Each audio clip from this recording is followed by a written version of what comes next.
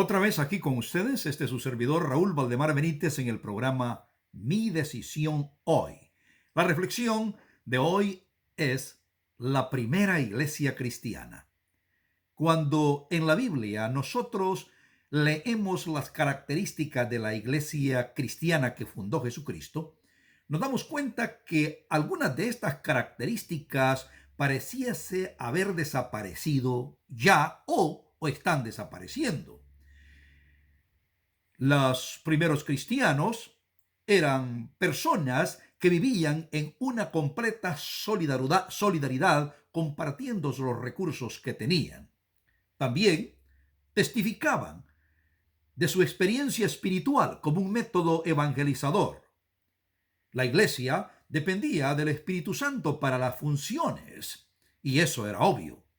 También los primeros cristianos tenían un liderazgo de servicio y combatían los prejuicios. Los primeros cristianos estaban tan determinados a no contaminar su fe o su creencia con las prácticas gubernamentales, aunque eran respetuosos. Y también los primeros cristianos esperaban ardientemente el retorno de su Salvador Jesucristo. Es cierto que las situaciones a través de la historia han cambiado y son muy diferentes las condiciones que vivimos hoy a las condiciones en que la iglesia cristiana primitiva se desarrolló. Pero la fe y la necesidad espiritual son las mismas del ser humano.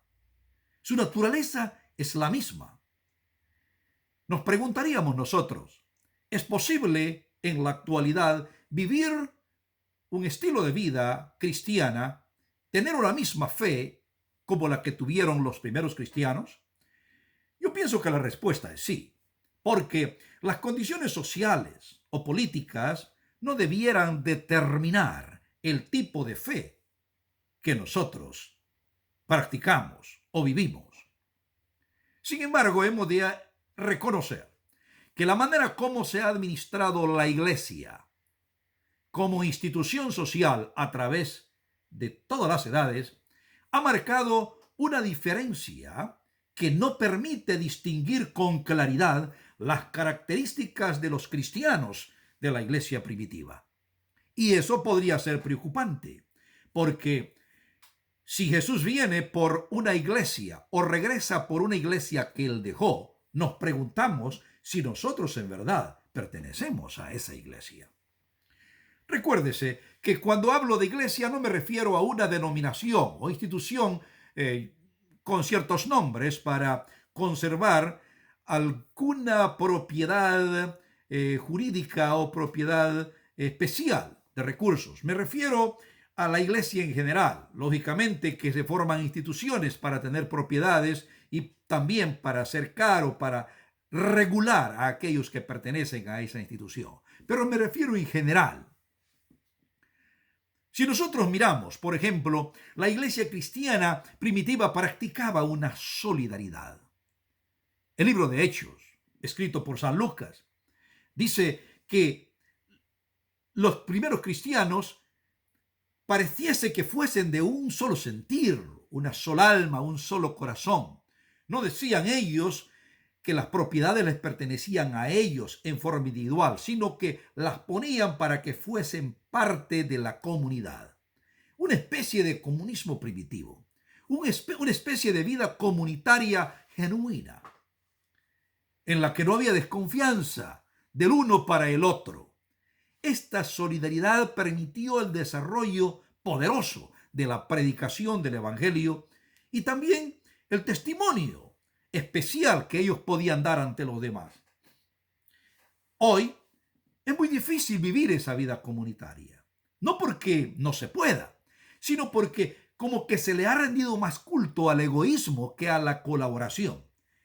Aún dentro de las mismas iglesias llamadas cristianas hay mucha competición. ¿Qué iglesia es la mejor? ¿O qué denominación es la mejor? ¿O qué denominación tiene más de la verdad? Y en los medios de comunicación masiva o inclusive en el ambiente social se percibe ese espíritu de competencia, de competir entre una institución y otra, o dentro de la misma iglesia. Hay individuos inflados de orgullo y vanidad que les parece que son mejores que otros. No es nada parecido a lo que leemos de la iglesia primitiva. Otra característica poderosa de la iglesia primitiva era justamente el testimonio que ellos daban de su vida espiritual o en conexión con Dios para evangelizar. Decía en la primera carta San Juan que él daba testimonio de lo que había oído, lo que había palpado, lo que había visto. Y ese testimonio era fuerte en el espíritu. Y el testimonio se enfocaba también en la resurrección de Cristo, porque este testimonio espiritual estaba más asociado con una relación con su Salvador que con una idea acerca de, o con una emoción, o con un sensacionalismo. Últimamente, no vemos nosotros que la iglesia cristiana se concentre en ese Cristo resucitado. Se concentra más que todo en el Cristo crucificado. Porque pareciese que para evangelizar impresiona más el sensacionalismo, las emociones, que el razonar de que Cristo, el Salvador, está vivo. Para atraer a las personas, quizás será más fácil moverlos por miedo, por lástima, por compasión, que por la decisión propia de responsabilidad delante de su Dios. Los primeros cristianos daban testimonio, compartían su experiencia con Cristo, la compartían con otros, y estos otros eran agregados a la iglesia. Los primeros cristianos formaron esta iglesia que dependía de la obra del Espíritu Santo. El Espíritu Santo era el que operaba en todas las funciones de la iglesia. Ellos mismos realmente sentían que el Espíritu les guiaba. Pedro, Juan, yendo al templo, miran a un mendigo y ellos le dicen: nosotros no tenemos nada, no somos nada. Lo que tenemos te damos. Y lo que hicieron fue implorar que Dios le ayudara. Era obvio. Eso lo vemos nosotros en el libro de los Hechos. Cómo los primeros cristianos dependían del Espíritu Santo continuamente para lo que hacían. La oración no era una súplica formalista, que era parte de un ritual, como ahora sucede en las iglesias cristianas, sino que era la expresión más profunda del alma, en la que se sentía, sin duda alguna, la conexión con el Espíritu Santo y se percibía esa fuerza sobrenatural que tomaba al individuo para llevarlo a una experiencia extraordinaria también. Hoy no pareciera distinguirse eso en nosotros llamados cristianos.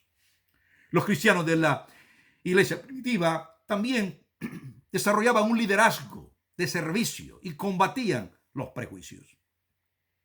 La Biblia dice que, habiéndose notado que había más atención a las viudas israelitas o hebreas que a las viudas griegas o de cultura griega, entonces hubo un reclamo, pero los líderes no esperaron mucho, ni trataron de justificar un mal proceder, sino que fueron flexibles e inmediatamente corrigieron. Eso lo dice el libro de Hechos capítulo 6. Y lo corrigieron no dando lo peor, sino las mejores personas de buen testimonio y llenas del Espíritu eran las que iban a atender entonces para las necesidades de las personas sin distinción de raza o sin prejuicios para esas personas. Qué lindo, ¿no es cierto? Pedro mismo, en el capítulo 10 del libro de Hechos, como lo dice Lucas, al llegar a la casa de Cornelio, dice y testifica que él tenía prejuicios, pero que Dios le ha dicho que no llame como uno inmundo a aquel que no era judío. Y corrige su vida y predica a Jesucristo. Esa era la iglesia cristiana primitiva, en contra de prejuicios. La iglesia cristiana moderna está llena de prejuicios. Vemos nosotros grupos de personas, ya sea intelectuales o por situación económica, pero pareciese que dentro de las iglesias o entre una iglesia y otra hay diferencias, hay prejuicios. Unos son más favorecidos que otros. Es común esto. Lo hemos llegado a aceptar. Sí, se puede hacer la obra de evangelización o misionera para alguien en África, en Latinoamérica o en cualquier país que esté padeciendo cierta pobreza, pero que no se venga a meter a mi iglesia porque no lo tolero. Yo solamente quiero estar con los míos, los que están de mi clase. Esa es la vida de la iglesia cristiana moderna. No podemos negarlo. Se manda unos cuantos dólares para ayudar a aquel, pero que no venga a mi casa. No lo voy a tolerar en mi casa. No. Ese tipo de prejuicios en la iglesia cristiana primitiva se combatían y eran flexibles los cristianos para aceptar críticas, como lo hizo Pedro, como lo hicieron los líderes, y corregir las situaciones y seguir adelante desarrollando una vida comunitaria de comunión con Dios y de comunión con los demás. En la iglesia cristiana primitiva también no se dependía de qué es lo que decía el gobierno de turno. Aunque eran respetuosos a las regulaciones gubernamentales, como dijo Pedro allí registrado en el libro de Hechos capítulo 4, verso 29, sí era necesario obedecer a Dios antes que a los hombres. Y ellos trataron de no mezclar la regulación gubernamental con la regulación espiritual de sus vidas. Es cierto, eran obedientes a las leyes del gobierno, pero no ponían su esperanza en que el gobierno les iba definitivamente a cambiar la vida. No, su reino era con Cristo Jesús. Hoy nos hemos dado cuenta que a través de la historia hay instituciones llamadas cristianas que hasta embajadores tienen en los estados. Otros llaman la iglesia del Estado. Miren ustedes en lo que hemos llegado. Y muchas personas ven cómo su institución o iglesia simula, emula, imita el sistema gubernamental, las estructuras. Y los mismos líderes pareciesen sentirse poderosos, así como se sienten los líderes estatales, en vez de sentirse servidores del pueblo. Todo ha cambiado. ¿Cómo es posible que nosotros podemos esperar a Jesús en su regreso como iglesia cristiana? La iglesia cristiana primitiva ardientemente esperaba a Jesús. No por miedo a fenómenos naturales. Su enfoque no era qué está pasando en el mundo para saber que yo quiero que mi Salvador venga. No, sino porque querían reencontrarse con su Salvador.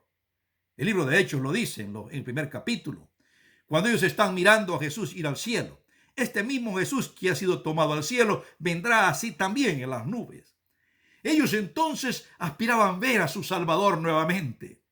No esperaban la segunda venida como una reacción a lo que estaba pasando en el mundo, sino con un interés de encontrarse con su Salvador. Ahora, la iglesia cristiana, o los cristianos más bien, están enfocados en qué es lo que está ocurriendo en el mundo, los fenómenos naturales y sociales, para luego pensar si Jesús viene o no. No hay un ardiente deseo o interés de reencontrarse o de encontrarse con ese Salvador.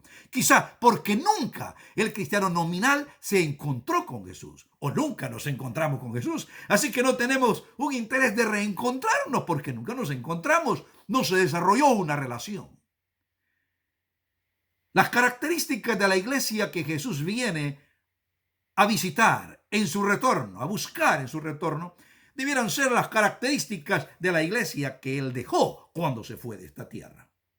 Por lo tanto, si queremos hacer un diagnóstico de cómo estamos como iglesia cristiana, valdría la pena echar un vistazo nuevamente a las características de la iglesia primitiva y luego usarlo como termómetro para saber cómo está nuestra temperatura espiritual y buscar a ese Salvador, a nuestro Salvador Jesucristo. Nuevamente vendremos con otra reflexión. Dios te bendiga y que puedas estar atento también allí en tu suscripción a este programa Mi Decisión Hoy. Hasta luego.